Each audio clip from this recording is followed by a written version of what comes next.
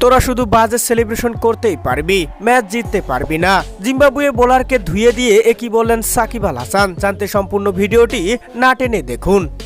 দর্শক, চতুর্থ টি-20 ম্যাচে জিম্বাবুয়ের বিপক্ষে হাড্ডাহাড্ডি লড়াইয়ে নেমেছিল বাংলাদেশ, যেখানে 5 রানের রুদ্ধশ্বাস এক জয় তুলে নেয় টাইগার ক্রিকেটাররা।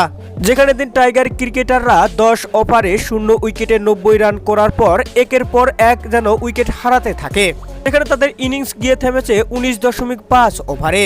যেখানে পরের 10 ওভারে জিম্বাবুয়ের বোলারদের কাছে একের পর এক উইকেট বিলিয়ে দিতে থাকে টাইগার ক্রিকেটাররা।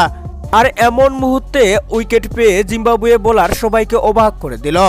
এ কেমন সেলিব্রেশন করলো জিম্বাবুয়ে বোলার, এ তো চরম অপমান করলো টাইগার ক্রিকেটারদের। যেন এটা কিছুতেই মেনে নিতে পারছে না সাকিব আল হাসান।